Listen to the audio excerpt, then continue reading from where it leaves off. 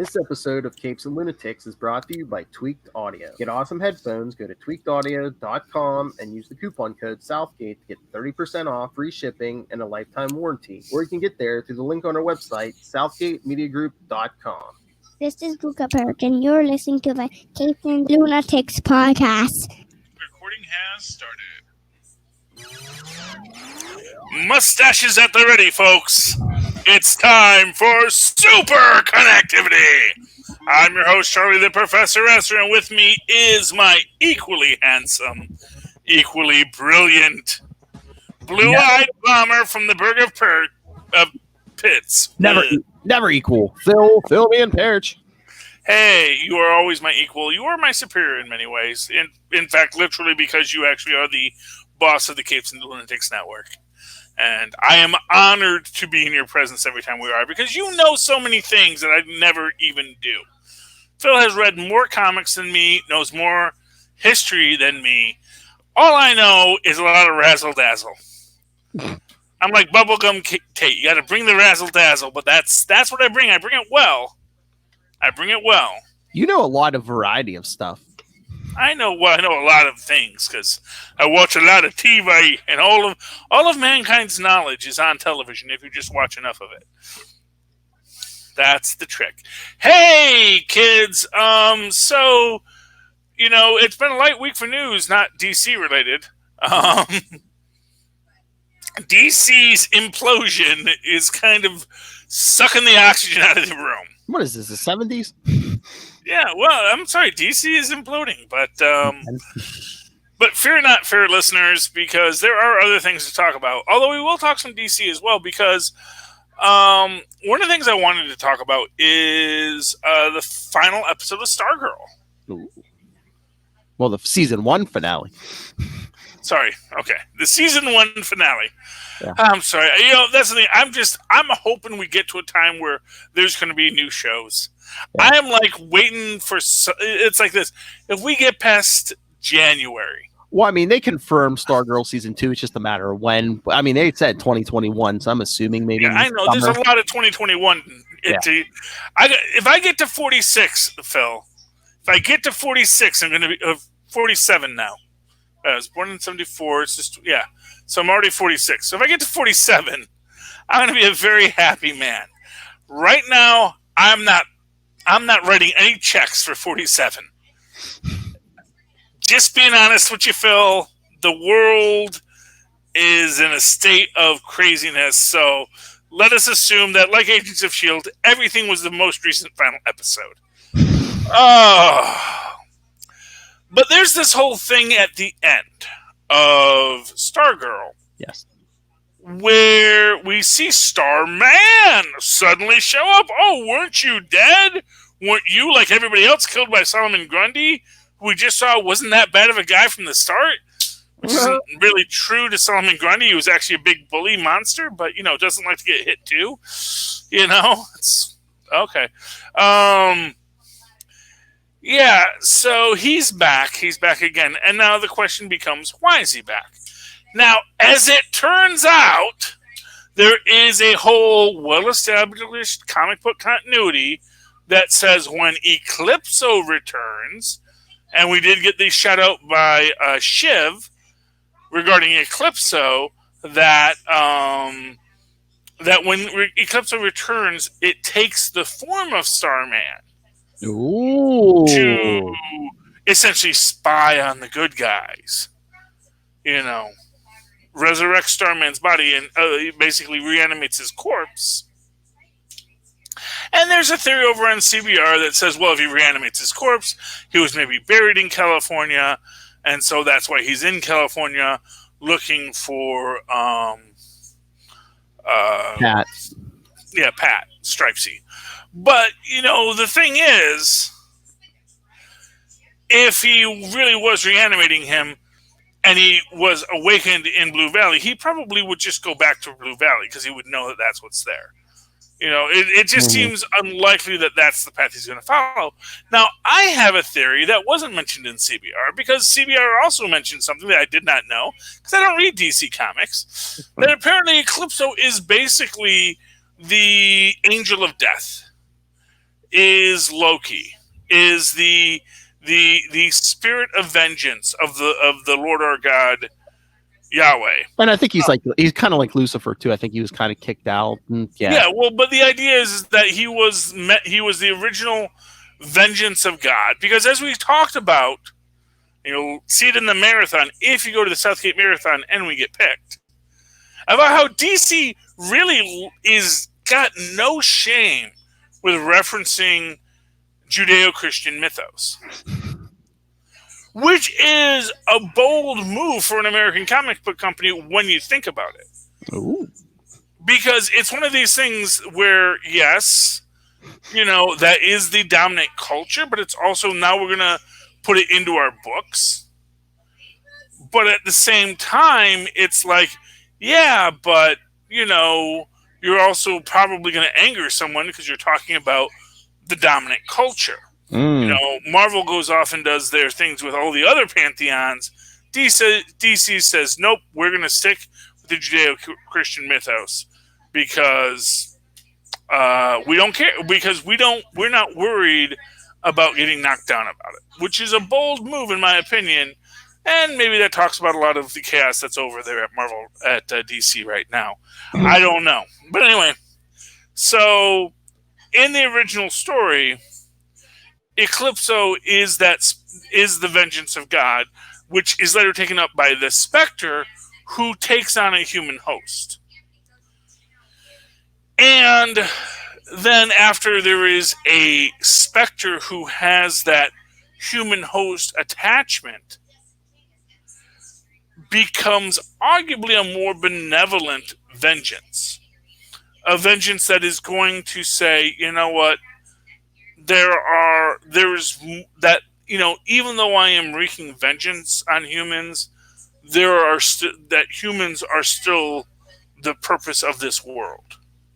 Humans are still in existence. I think that was the whole point of a human host, is like to temper that spirit of vengeance. Yeah, because I think there was a story years ago where it's just like, for a while the Spectre didn't have a host and it was just going around. It's like, oh, you jaywalked, here you go. It's just basically going after anybody, and it was just like, yeah, I need a human host to temper it. Exactly, and apparently this was also what Eclipso was. It was this spirit of just pure vengeance and evil, and because vengeance, as they say, in a world of an eye for an eye, everyone is blind. Yes. Because if I took your eye, you took my eye. Now I actually have to take your eye too, because you took my eye. So, you took my eye. So, I'll take your eye. And so now we're all blind. That doesn't work. The math doesn't work. You can't have that work. And so that's why Eclipso got put in a little black diamond. Yeah. And then we get the Spectre. And now when we see Starman return, now obviously what a lot of comic nerds are going to be, oh, that's because he's actually Eclipso. Eclipso is masquerading as him. And except there's no reason for Eclipso, who knows what's going on, to be talking to some rando at Pat's old address. He'd go right to Blue Valley and say, okay, hey, lovely little daughter Stargirl, I'm actually alive, and I really was your dad. And, probably has some mental manipulation. Oh, yeah, that's right. I did stoop you once. That is correct. I remember when I stooped you that one time. And that would be the thing, but that's not what they're doing. And that makes me think he's actually going to be revealed as the Spectre, the Spirit of Vengeance. And for what it's worth, although the Spectre has had a lot of play in DC of late, I always do think of him as a very early Silver Age kind of character. Mm-hmm. From design to execution, he really does seem like, a semi-religious Superman. Mm-hmm. Really, in his own way, kind of an answer to Shazam in his magical origins. Well, I mean, if they want to do a crossover and bring Stargirl into the Arrowverse, we did get a Spectre in Crisis. We did get a new Spectre. It was Oliver Queen. Well, exactly, and but not every universe has to have its own Spectre. Or is the Spectre multiversal? Well, that's an interesting question. Or maybe every multiverse gets its own Spectre. God may be above all multiverses, but every multiverse needs its own Spectre. Though there's an interesting other aspect of this, which is if Starman is the host of the Spectre, what has happened to Starman? And that leads us to the other interesting character that is not quite there, Deadman. So are we going to have what's that actor's name from Community? Joel McHale. What? Joel McHale. Joel McHale. So I'm wondering if we're going to have Joel McHale in a dual role. Joel McHale in the physical world is the Spectre, but in the spiritual realm, he will be Deadman. Oh. Even having a thing, because what'll be interesting, you're going to have him in his Starman uniform as Deadman. He's like, I'm not Starman, I'm just Deadman. That's all I am, because I'm Deadman. And then you're going to have this interesting little aspect. Now, of course, you've already introduced the Shade, and we know, I think we saw the Helm of Fate in the box of all the stuff they got from the JSA. We know that Shining Knight is out there looking for the other 7 Soldiers of Victory, of whom Green Arrow is a member. So I'm wondering where we're going to wind ourselves up with next season. I think there's a lot of stuff laid out here that if, God help us, this world survives past January, and I turn the big 4-7, that there will be a Stargirl we get to watch. That we're not just wandering the wastelands looking for whatever's left, but it's a possibility. I'm excited about that as a possibility. Not the wandering the wastelands, the actual return to normalcy and more TV shows. I don't want to wander wastelands, honestly. Yeah. Yes, I'm built for it. I've got a lot of food stores, so I'm like all set to wander the wasteland. If I can get water, I'm good. I can live. I actually once figured out I can live for 20 years on my fat stores alone. What? So it's crazy because there's 10,000 there's a it's 1,000 calories per gram of fat. So you just figure out how many grams of fat you're overweight, and then you figure out what the daily allotment of calories is for a day, and then you figure out that could be that's 5,000 days. Okay. I think I'll be okay. I'd be one of the guys who gets out of the, the starvation world. So that's why we have fat. That's literally why we evolved fat, so we could survive through starvation times. Because every so often you had to wander some wastelands back in the day, and if you were lucky enough to have been in an ample world, and you could build up a lot of fat, then when you had to wander through a wasteland and you had access to water, you could survive. You could break down all that fat and just keep yourself going. And then eventually you get skinny, and then hopefully by then there's, it's a land of plenty again. Let me eat something. I'm hungry. Because that's the thing. It's that's what the fat's there for. That's literally its only job. That and to damage your liver. But moving right along, so I'm kind of excited about. I really am actually very excited about Stargirl. And it's annoying that there's these great shows on the CW that aren't on broadcast for cable, because it's this. If I could get it in, because even when I had a really good antenna, I couldn't get CW in my area. I actually think I need to get a roof antenna for it, and I live in an apartment, so I can't have access to a roof. It's a pain in the buttocks, as they say. But this is the world I live in. If I'm lucky enough someday to be able to get it in, then I will live tweet all of the CW shows, because they are very good, and I like that. But for the moment now, not so much. In other news, Olivia Wilde, is rumored to be directing a Spider-Woman movie. Now, this is interesting because... Well, they said she's definitely doing a Marvel project, and I guess she must have dropped something with like a spider on it or something. Well, what it is... See, this is what's weird, because everyone's saying it's a Sony Marvel product. But everything that anyone has said prior to this has said that Spider-Woman wasn't owned by Sony. Well, I was gonna say I don't know if Sony would have got Spider-Woman, because I mean that's what I was talking to Lilith about. I mean her origin, everything. She's really not attached to Peter Parker or anybody like that. Well, this is where it gets interesting, because as we know, there's more than one Spider-Woman. Yes. So it seems like it's Sony related, because everyone mentions Sony in the rumors, which suggests that the rumors are coming from Sony. Now, if it is and this is where it gets weird, if it is a Spider-Woman who isn't Jessica Drew, is it Mayday Parker? Oh. And this is where it gets super interesting, because one thing everyone has said since Into the Spider-Verse came out, since most of Sony's actual good Spider-Mans have come out, is, boy, I miss Tobey Maguire. And no, they've all said I miss Tobey. Everyone loved Tobey Maguire. Tobey Maguire was good at the job.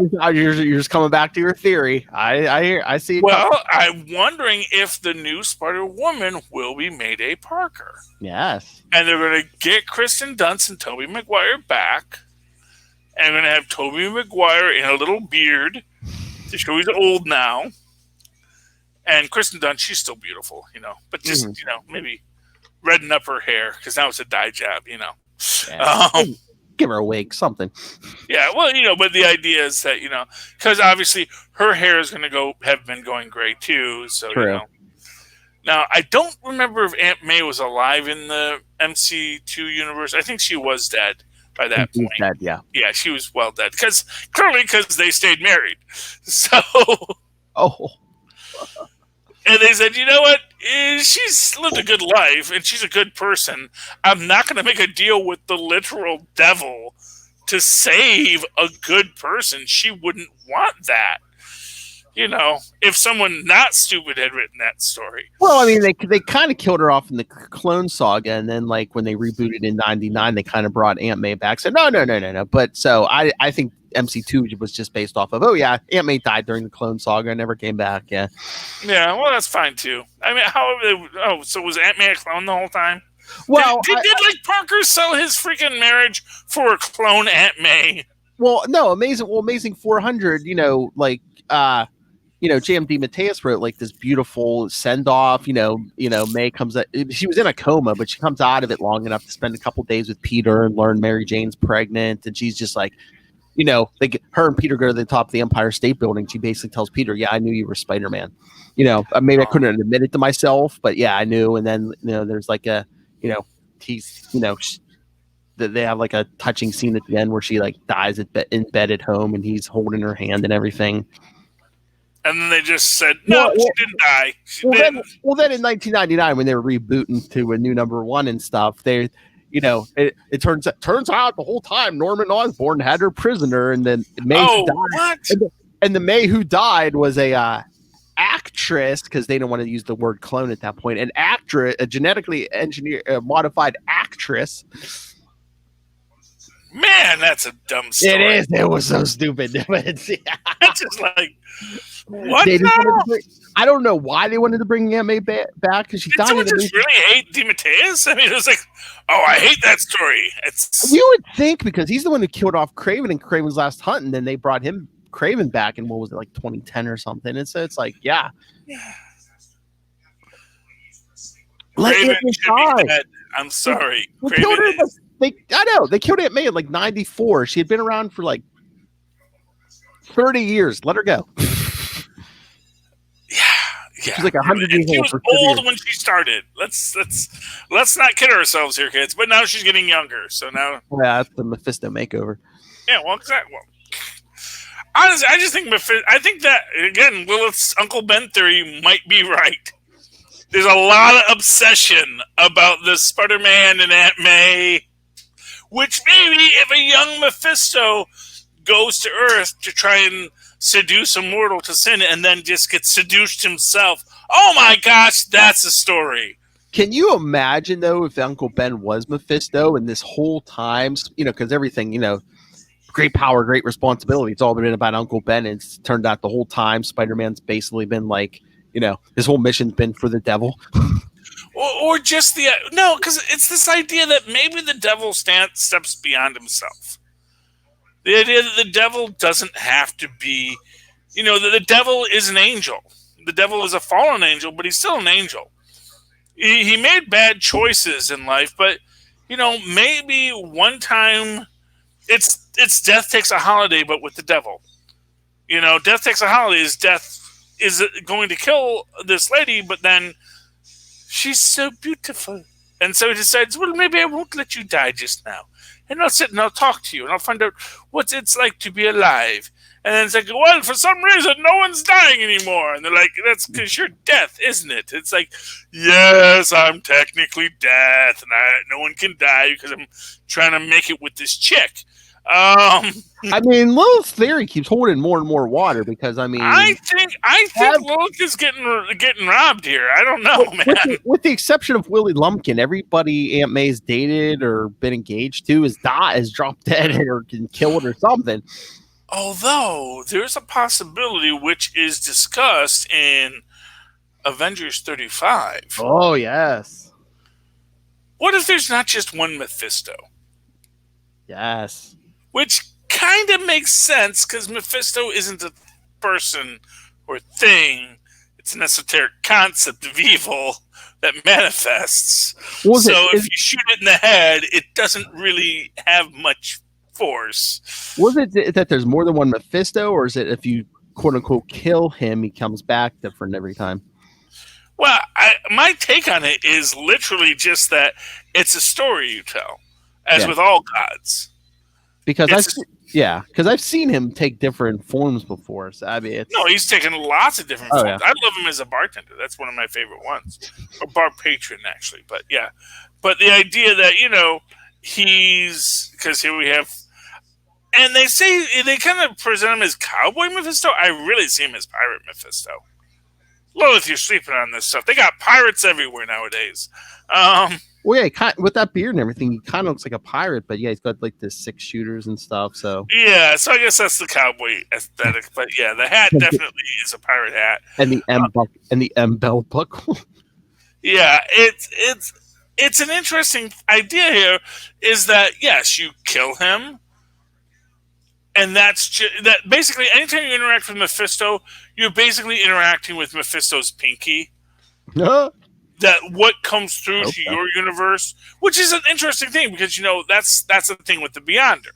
Mm-hmm. Like anytime anyone's interacting with the Beyonder, that's not the Beyonder. That is a construct of the Beyonder that is on this dimensional plane and that you can manipulate now. But to act like that is the whole of this being who is a universe is pretty much ridiculous. Even when the Beyonder says, "Oh, this place is kind of empty when I'm not here," it's like, well, I guess this place when I'm not here isn't even a place. And he does in Secret Wars too. It's just this idea that, the Beyonder is the place, and then what we interact with is the thing, which is sort of where I get my idea that Beyonder is a non-temporal being. That when they talk about the Beyonders, it's just our way of interpreting multiple different dimensional Beyonders coming in to interact with us across space and time. And I get the feeling that that's what they're building with Mephisto here. But what I love most about this is how freaking petty the moon is. There's your first Moon Knight, Ray. That's your Moon Knight. Oh, yeah. He's going to be covering this on his next episode. Yeah. They didn't even ask me. He's like Adam West in Batman 89. It's like, didn't even ask me if I wanted to be a part of their team. I'm the freaking moon! I protect this planet. I'm like the planet's first protector. I keep the comets away. I control the tides and the weather. and you form Avengers and you don't ask me to join? Now, to be fair, Guy is not in the Avengers. Mm-mm.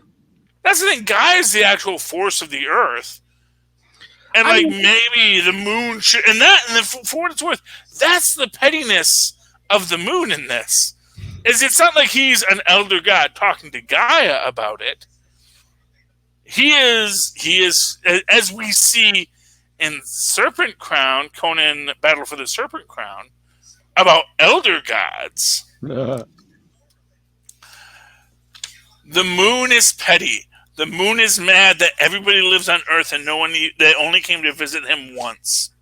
Well, like 6 times, but like only one group of people visited him.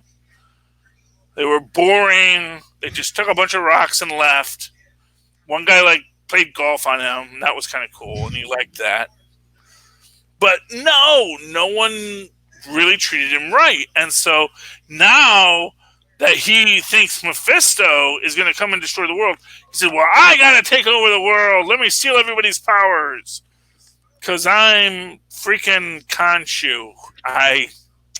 I'm not overcompensating. This beak is not overcompensating for anything. Or that hammer. Or the hammer. Or Gewalt. Yeah. But Khonshu aside, and they even make a reference to the moon's satellite is well prepared, but we are having trouble bringing it fully under. What does he says? The great salvation of the moon's less luminous satellite continues, Lord Khonshu, because they stole this from DuckTales. Which is corporate synergy. So I'm not going to argue about it. It's like, yeah. See, that's the kind of stuff that AT&T, Time Warner, DC needs to figure out is corporate synergy. How do we make all of our disparate parts work together? And this is like, they were sitting there watching DuckTales and the Marvel office. I like that idea that the moon really doesn't like the fact that nobody pays attention to the moon. Do we have a moon-based superhero? Yeah. Moon Knight. He's like, oh wow, what if his patron god is just super petty and annoying like the moon? And so he is. And then he killed one Mephisto, but there's many coming back. And there's even a reference to this about how all the many Mephistos are starting to having to kill Mephisto over and over again is starting to bug him. There's a neat bit here. We get Jen. She's very mad that the Knicks aren't doing well. She's a big basketball fan and a big fan of the Knicks, which is not what you want to be. Oh yeah, because she has to get angry. Yeah. Politics, student loans, and the Knicks. Yes. Yes. How are they ever going to be a good team? Then you have. By the way, I do love Tony and a baby Bjorn. No. Oh, I gotta think. Shouldn't you give the baby an armor? I mean, shouldn't it be an Iron Baby, like that great YouTube clip we've all seen? And unless they're counting on that Star brand. Yeah, well, it arguably probably does most of the work. But we also see Tony because Moon Knight basically mentions the devil's the devil. I don't like him, and gives the baby to Carol and says, "Get the baby far away from here." I'm really hoping we're not going to do some kind of weird Jonathan Kent thing where, I obviously just went in time, trained her, and then came back to this moment. And now she's 22 and legal. So, no, we don't want that. We see another Mephisto die. And now, Khonshu has to face the Black Panther's avatar. And quite frankly, the Panther avatar is going to kick the moon's butt. That's the thing. It's like they didn't ask you because you're lame. You're lame, Khonshu. You're not a real god. People thought Marvel made you up for a long, long time. That you've been Mandela into reality is not our problem. Just saying. What the hell? But anyway, but speaking of gods and men, apparently they are going to be doing a Don Blake story over at Thor. Yep. Which is, in my mind, a brilliant idea. The idea that we're going to really explore Don Blake again. even though we kind of half-did it before Franklin rebooted the universe. And that's the thing, is like, Franklin is kind of the Superboy of Marvel. Superboy Prime of Marvel, where he punched a lot of walls of reality. But remember, too, Don Blake was a creation of Odin, so does that Odin force help, well, what's left of Don Blake survive? Was he, though? That's the thing. Is that really canon? Is it? I mean, that's sort of what they said. When they brought Don Blake back, there is this implication that he was a person, or at least imagined himself a person. And that's sort of the idea, is like, Don Blake, and for what it's worth, this is something that we touched on when, again, in our marathon episode for the Mercury podcast marathon, in the Thing books, when we're doing Rocky Grim Space Ranger. Mm-hmm. And everyone, even though the Thing says you only came into existence a few weeks ago, but it says, no, we have generations of memories. You know, we have entire lives that have been lived, have died, we've cried, we've hurt, we've had life. And in this sense, you know,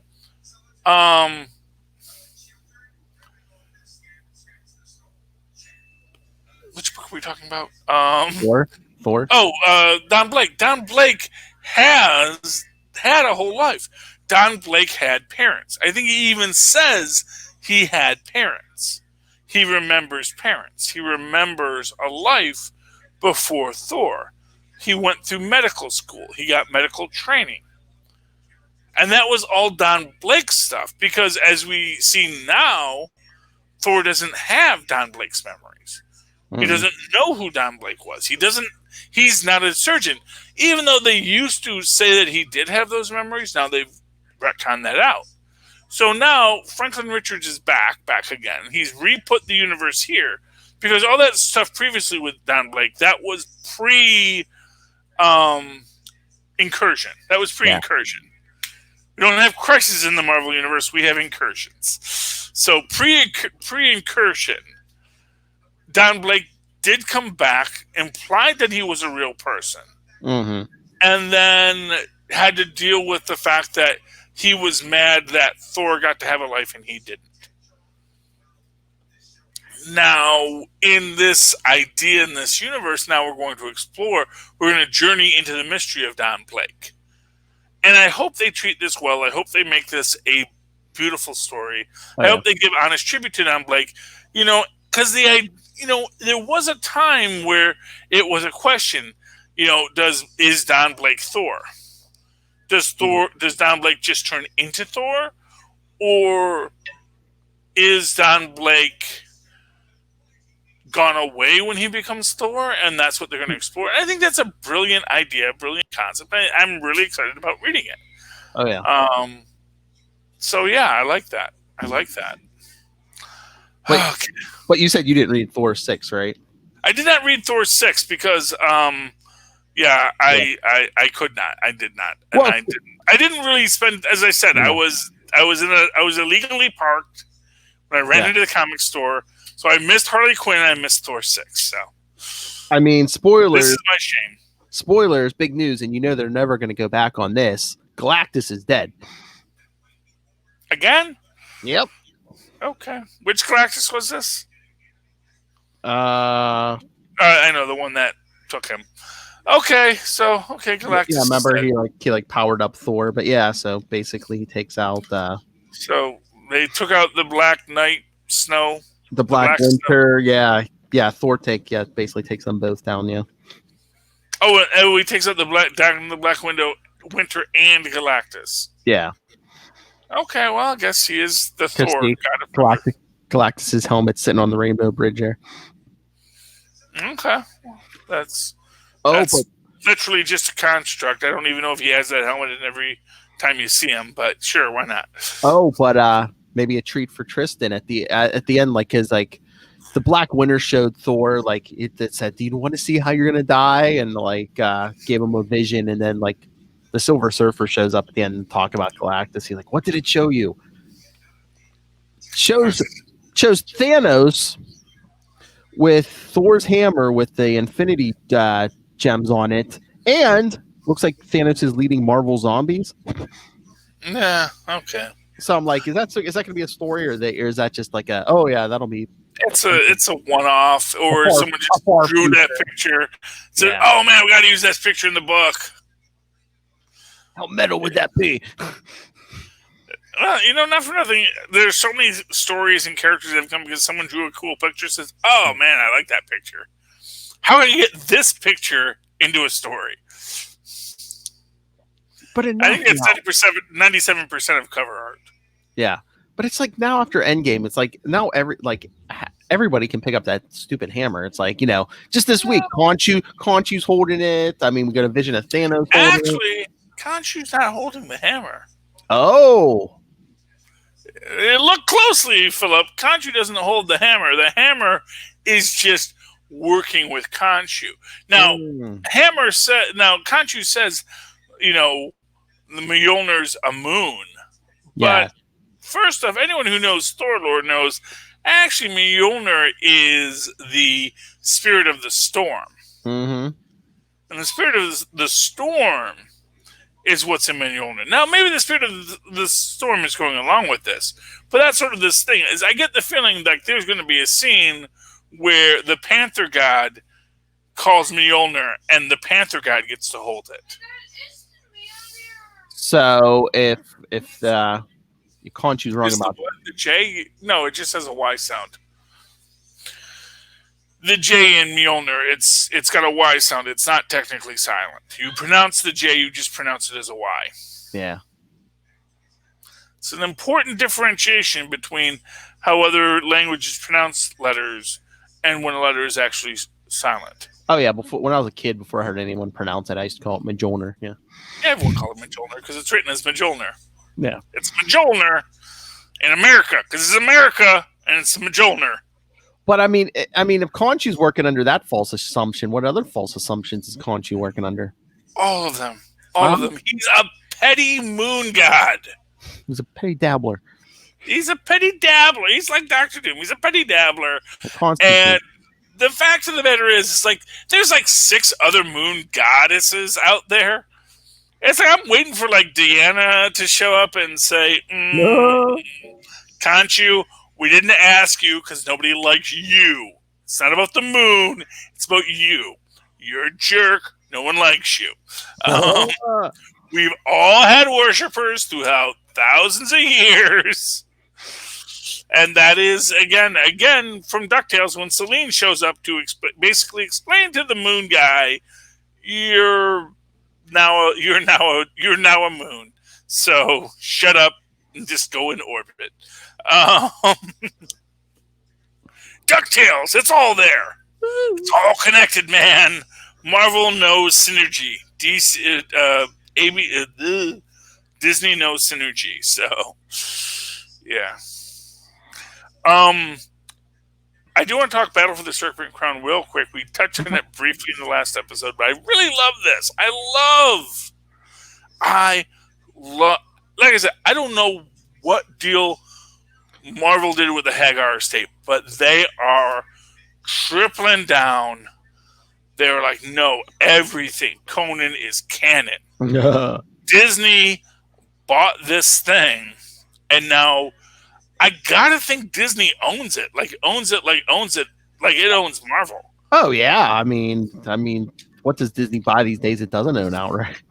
Well, and for what it's worth, I mean, I think, but they're like, so basically we get the entire Serpent Scepter legend along with the Serpent Crown, and we get back to the Worm. Remember the Worm from the whole, hey, here's all of Hagar's creations, and now they're all in the Marvel Universe too, along with Conan.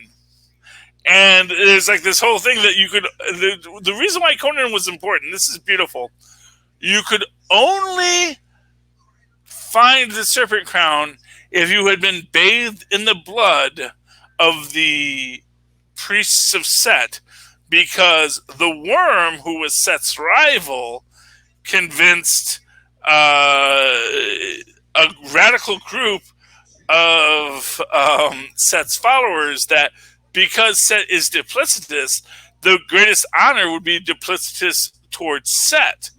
And so they created the Serpent Scepter, which would allow you to use the Serpent Crown without becoming a thrall of Set.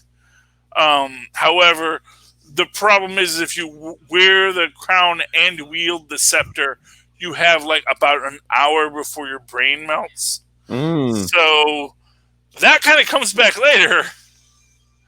And that's literally why, essentially, Mephisto tells Imus Champion, discount store Nicholas Scratch, he's the Mexican knockoff. Nothing against Mexico, but they do make a lot of knockoff toys there. See, even the stash can't save him. Because he has to do the beard too. How do you do a handlebar mustache and then do a Van Dyke?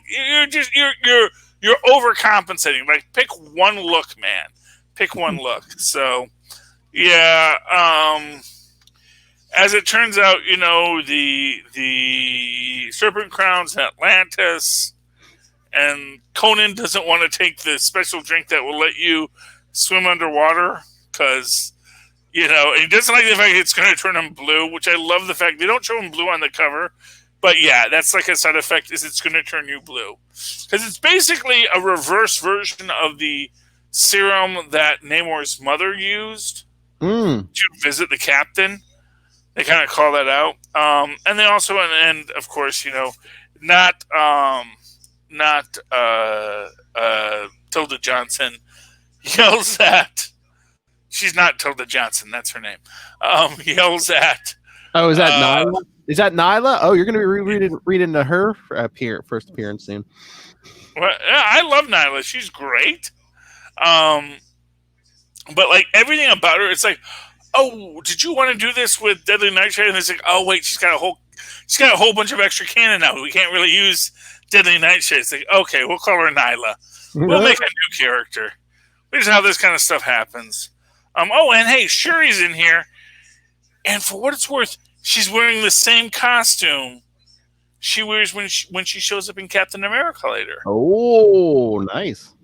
Interesting continuity from our good friends at Marvel, because apparently they care about that kind of stuff. And apparently, like, she's like all mystical too now, but we go to that when we get to Captain America.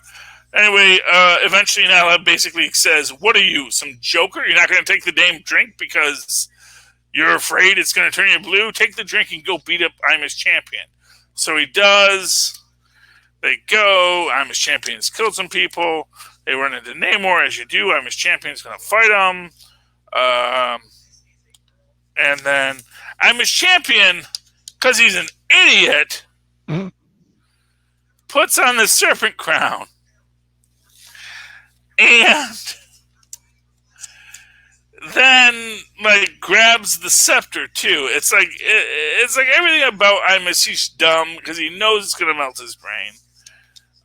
But he puts on the Serpent Crown and grabs the scepter because he's gonna make them fight. Even though Mephisto said, "If you do this, your brain will melt." This is not something a mortal can do. So anyway, and so we end it with everyone kind of being thralls. He like sends Namor to the Sahara Desert because he thinks that'll kill him. It's like, I can fly, I like literally I can fly to the nearest water. That's not that hard. Right. But because Mephisto wants Conan and Nyla as his thralls or whatever. We don't know what he wants yet, and we can assume it's not in Campion's best interest. Yes. So let's get to Captain America. Yes. 22.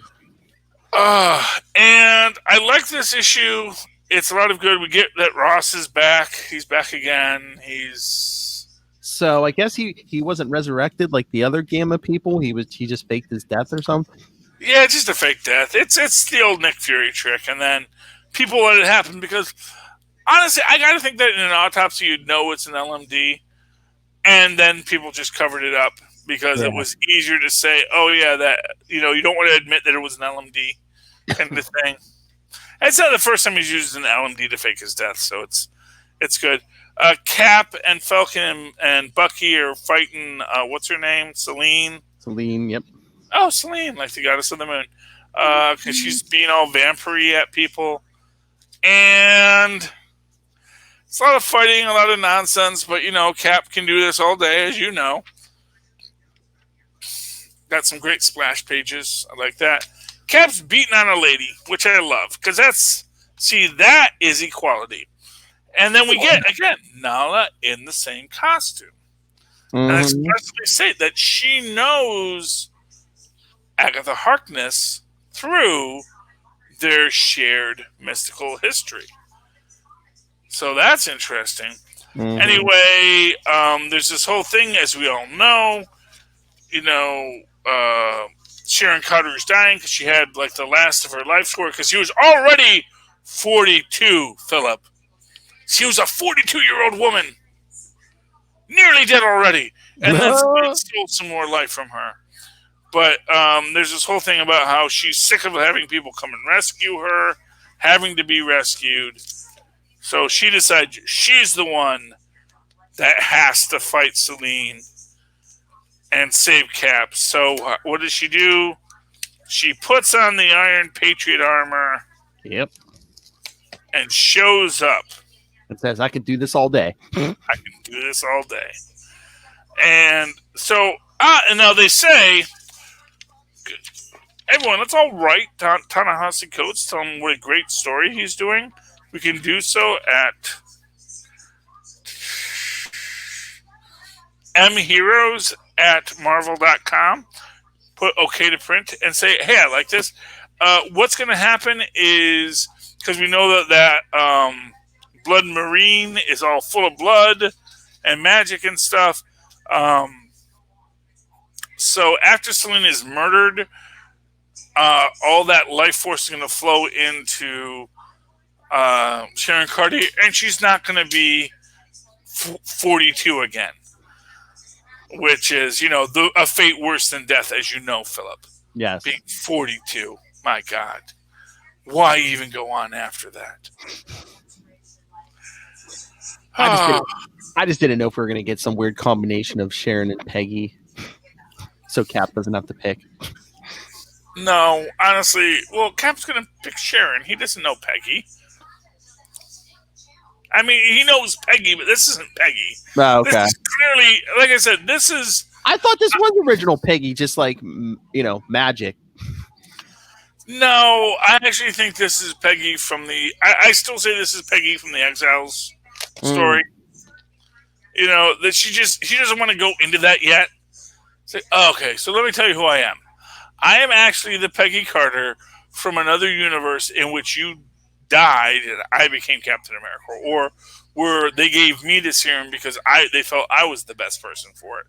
So anyway, that's that. Final book, Maestro. You got a different cover. Yes, Maestro, #1. Oh, we got it. Oh man, this is interesting. You know what I like best about this book? They didn't try to force it into the freaking Old Man universe. Which I think we can all agree Old Man Hulk was a bad old Hulk. That was not... It's like nothing about that says Hulk. But that's Millar for you. I mean, at least not yet. I mean, this is... so far, kind of... either in the present or not too far in the future. We're not gonna have a I diddled my cousin story in this. I'm sorry. Oh, yes, true. Yeah, this is a Peter David original. He knows what he wrote the first time. Yes. I may be a dumbass, but Peter David is not. Ah! So, and this is the origin, and we see that he's been in this little looping mental holodeck thing. We get this great bit here with all the Avengers trying to talk him down, but then we realize that they're all holograms too. Well, yeah, because basically he's I guess in the Avengers, they're him and Betty, and they have 2 kids, and they're living in the mansion, and yeah. And I like this thing here because he realizes that the little kid he looks like his memories of his kid, but it's not his kid, because it's this lady. And the big reveal, and I love the reveal, because honestly, I'm loving that someone decided, we need to do a face turn with MODOK. And they had him join S.H.I.E.L.D. and fall in love with Maria Hill. Although I guess she recently got murdered for some reason. But here we have old man MODOK. Because basically he says, yeah, I'm dying because my parts are breaking and there's no one left smart enough to fix my parts. Yeah. And he realizes that basically what happened was, yeah, all the superheroes didn't do it. It wasn't the villains. Although it's kind of implied it maybe was the villains. And it's kind of implied it was maybe AIM. That AIM triggered the war. And then it's like, oh, wait, I don't think we thought this through very well. He says some terrorist group. So, yeah, maybe that's... He says a terrorist group, but that could be Hydra. That could be AIM. And basically the outcome was pretty obvious. And we also get in this the fact that they had captured certain people who would be empowered by radiation and put them away. Yeah, so if they did that beforehand, maybe it's this, oh, wow, the terrorist organization blew up the thing. That's going to lead everyone to have a war. But it's like, no, I think you had a little more inside knowledge than you're implying. And, we get the end with the Hulk be Hulk. Because he's not Maestro yet. But he's like very mad because he realizes that, it was never the supervillains. It wasn't the leader. It wasn't whoever who blew up the world. It was just normal humans. And even if the terrorist group hadn't done it, we'd have done it to ourselves eventually, is the argument. I do like it. I mean, I have faith in Peter David because at first when MODOK and AIM show up, I'm like, oh, don't tell me he's going to be mental manipulation that turns him into the Maestro. But no, it's just, he's just... humanity. I like the fact that freaking Maestro's kind of a decent guy in this. He's like, I'm too old for this. It's like, there's no point in being a supervillain. The world blew up. They blew up all the good stuff. It's like there's not really anything left for me, and I'm dying because my parts are breaking down. I literally only exist because I'm dying, and so I think we're going to get this nice Brian song with MODOK and the Maestro. Where it's going to be like, yeah, I know I couldn't come back. And, he's going to be like, oh, I can fix you. I'm a super genius, too. He's going to be like, yeah, maybe you could have when I first started breaking down, but it's gone on too long. This was not your job to fix me, and honestly, I'm happy to go. I kind of was hoping you'd have killed me when you first got out. And I think we're going to get to see, the kid again and the female scientist who is impersonating Betty. And I think there's going to be a very interesting story that we get from all this. So I am down for Maestro. I'm going to get that on the pull list. It's really good. It's a limited series, The Secret Origin of Maestro. And like I said, I am so happy they didn't force it into the Old Man Logan universe. Yes. Where this is clear, even though they kind of almost imply it by saying that, oh, it's a Mysterio attack. And then it's like, no, it wasn't a Mysterio attack. And that I thought was kind of, because at first, wait, are they rewriting this where it's Mysterio who fights the Avengers instead of the X-Men? It's like, no, this is just it was a way for the program to keep these people under wraps. And you got the idea that, they only had to go another 27 years. And then, they could repopulate the Earth and they'd have these superhumans with them who would be empowered by the radiation. So they'd be their people who could handle the stuff. And it's like, But remember, MODOK tells him, Rick and Betty and everyone is dead. But if this is that original timeline Peter David wrote, Rick Jones isn't dead. Remember, he's an old man. Well, but it could also be just that MODOK doesn't know. Yeah, true. Rick Jones survived and MODOK doesn't know. That's the thing. It's like, Old Man Rick, because Old Man Rick goes... what's the most interesting thing about that? Yeah. It suggests Rick Jones could lift Mjolnir. Oh, yeah. Because it's in his little museum. But honestly, I could totally see Rick Jones being a person totally worthy enough to lift Mjolnir. It's like, nope, I got it. Say what? No, I'm not. I'm not going to go use it on anybody because that would probably lead to hubris. And honestly, I just want to be a rock and roller. I don't want to go punch people in the face with a hammer. That would not be on brand for me. And so, yeah, it's interesting, and maybe we're going to get Rick eventually. We're going to see what happens with this universe. I'm really excited to be reading this story by Peter David. Like I said, he may think of me as a dumbass, but I actually respect the man. So nice. Because you know what? That's the thing. It's like, you know what? When you're a talent, you can call someone a dumbass. He didn't call me a dumbass. He just felt my theory was dumbassery. Never meet your heroes. Never meet your heroes, Charlie Esser. And for what it's worth, I'm going to say this. Peter David was wrong. I'm right. It's the Crimson Bands of Cyttorak. I'm sorry. Everything about it, it's obvious. And some other writer is going to say, yes, years from now, another writer is going to say, you know what? The Crimson Bands of Cyttorak and the Cyclops' Optic Blast, those are clearly the same thing. So we're going to do that story now. Hey, Al Ewing liked one of your theories. Al Ewing liked my theories. And I tell you this right now. If I had said that to Al Ewing, he'd be like, oh, good to know. I think Al Ewing, if he goes back and looks at the oh, man, why would he say that's a dumbass idea? That's a brilliant idea. I'm going to have Cyclops be the new avatar of Cyttorak. Because that, honestly, would be a real interesting thing. The idea that, the Phoenix is in Jean Grey, but now Cyclops is Cyttorak. It's like, you know what? Well, I'm the avatar of Cyttorak. So I'm actually not going to be worried about you being super powerful because I'm super powerful too. And then maybe it's like the Phoenix Force is like, and for what it's worth, man, that's an idea. The idea of unarrestable force of destruction and the Cyttorak, which is normally the force of Cyttorak, which is often used for binding, but there are also things of destruction. So it's like, what if you had these two cosmic god characters of Cyclops and Jean Grey? If they were actually on the same level, that is going to be a story for the ages. What if Cyclops was the avatar of Cyttorak? Watch for it, kids. It's a thing that could happen. Okay. Anything else you want to talk about tonight, Philip?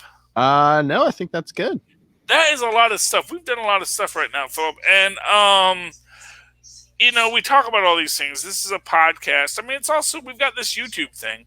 But, I often worry about people listening to us as a podcast because, they may be listening on substandard headphones, Phil. That's and there's no excuse for that, especially when they can just go to tweakedaudio.com. That's tweakedaudio.com, tweakedaudio.com. Please always check, make sure I'm spelling that right, Philip. They can go there and find state-of-the-art headphones to listen to these shows on. And the thing is, they don't even have to pay full price. You know why, Philip? You know why they don't have to pay full price? Because they can use that code Southgate at checkout. You can use the coupon code Southgate at checkout and get a discount, a 15% discount, right? I think it's something like that, yeah. I don't know. It's a discount, okay? Don't hold me to 15%. It might be 10%. It might be 5%. It's less than you would have paid without it. So don't come crying to me.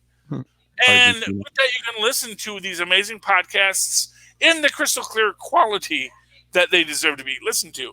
But if that's not a thing for you, maybe you already have tweaked audio headsets. So what else can I spend my money in? Well, you can go over to huntakiller.com, huntakiller.com, where Michelle Gray is trying desperately to solve a cold case and could use some help. And we'll send you a box of clues for you to paste on your walls and obsessively stare at to try and figure out what the secret is. It's hard. It's difficult. I don't know if you'll be able to do it. I'm sorry.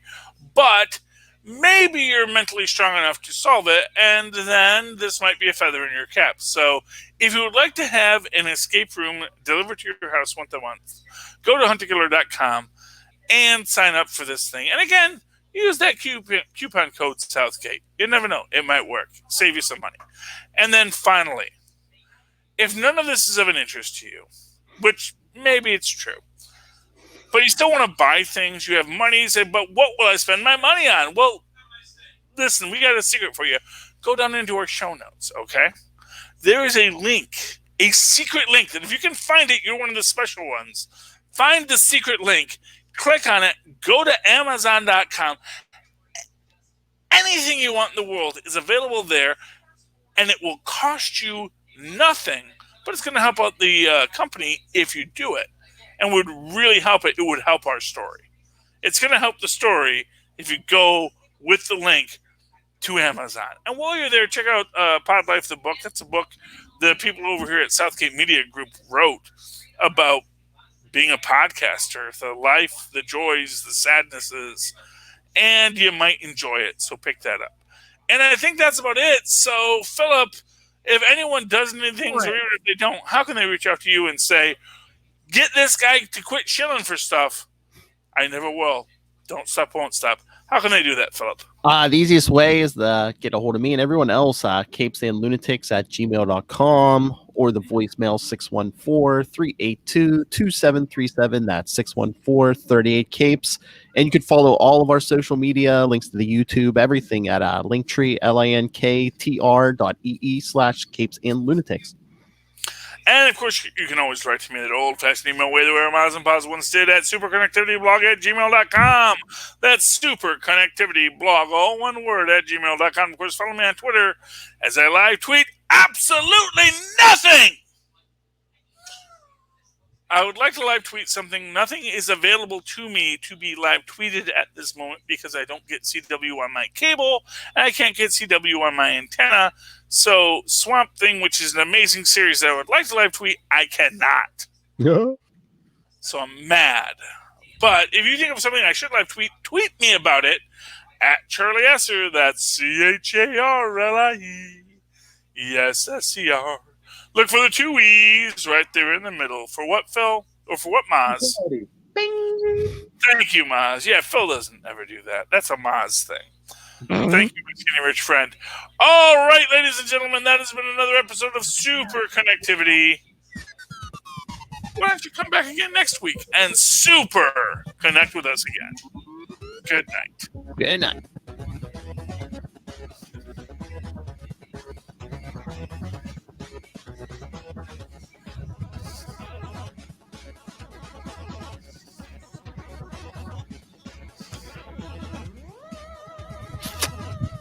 Maestros and Moon Knights. Oh my. It's a long song. I know, we have a lot of filler here. I've enjoyed it, Philip. Sorry if we went a little long. That's fine. More content, more money. That's what I say.